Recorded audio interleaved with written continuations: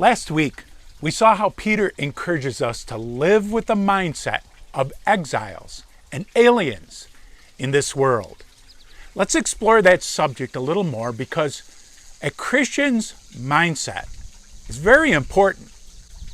Recall the principle from our unit on the triune nature of the human being.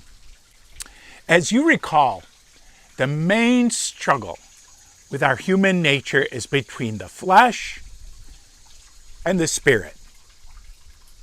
The flesh is craving sexual experience, but that's not all. It's also our competitiveness, our desire to dominate, our natural tendency to search out power wherever we might find it. The flesh is reckless. Our spirits, on the other hand, desire a healthy relationship with God. Our spirits are like the voice of God within us. The flesh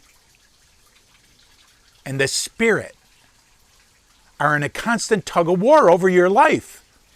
They're exclusive of each other so that when one gets in control of our lives, the other loses, like a wave machine. We follow one, so we're not following the other. So where does the human soul and the human mind come in? The entire human person, body, soul, and spirit, is represented by the wave machine. One end is the spirit, and one end is the flesh. The blue wave is the human soul. The soul can be a big help when it flows with the spirit.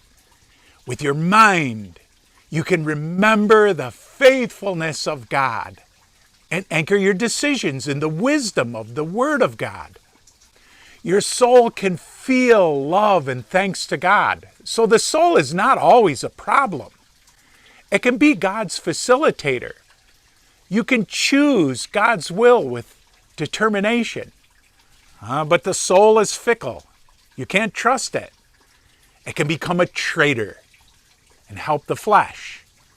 That's what happens when it keeps reviewing past injuries that we've received, or when it keeps on imagining and fearing a terrible future.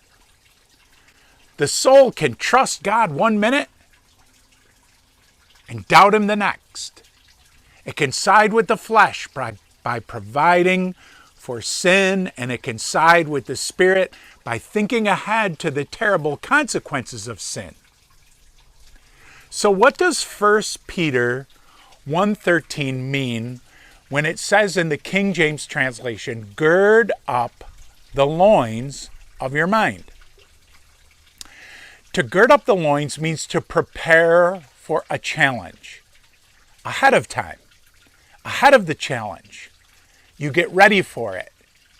Engage core muscles. You brace yourself.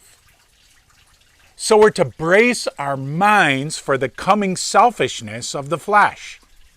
Expect that the flesh is going to fight your spirit, and brace your mind for that challenge with the Word of God, with the promise of that doing God's will always turns out for the best.